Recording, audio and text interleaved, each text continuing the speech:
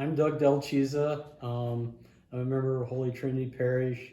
Um, I was a former member of Immaculate Conception and Christ the King.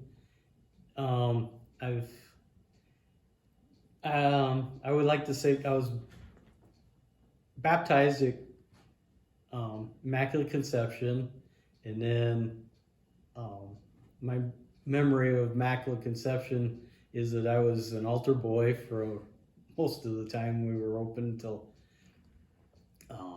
from when I had First Communion till the time I graduated high school, and I was kind of the main man. And then one thing I always noticed, we always had Lehigh had Mass on Sundays. This was before Saturday night. We would have 8 o'clock in Lehigh, and Dayton would have 10 o'clock. And I remember most of the time we went to Lehigh, but times when we couldn't, we'd go down to Dayton at 10. And I always remember we always had big families, and one family would take up a whole pew. And there was times when somebody wasn't present at Mass in Lehigh, for example, that pew was left empty. And the only people that would ever sit in there would be a visitor or two, because everybody else had their own pew to sit in. So that was kind of interesting. Immaculate Conception was closed in 1988, which was also our centennial year. And so then we were always a mission of Christ the King anyway. So we just automatically reverted over to Christ the King as our church, and we would have Mass. We had Mass on 5 o'clock in the evening and 9 o'clock on Sunday mornings. And I had First Communion was at Christ the King, because it was just bigger and it held more people. And then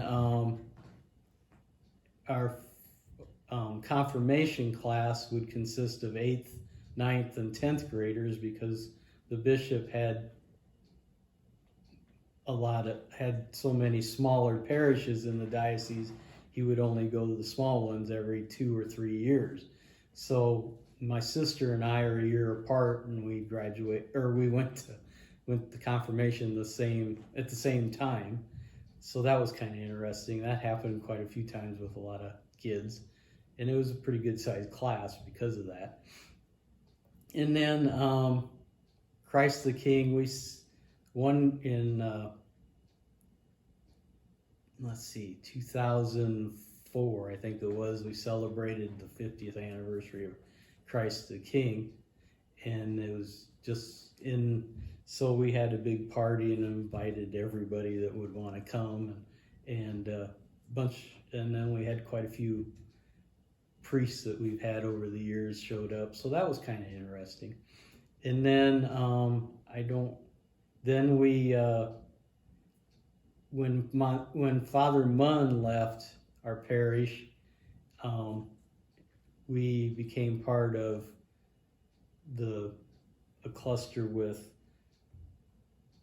St. Joseph in Duncombe and Our Lady of Good Counsel in Moreland.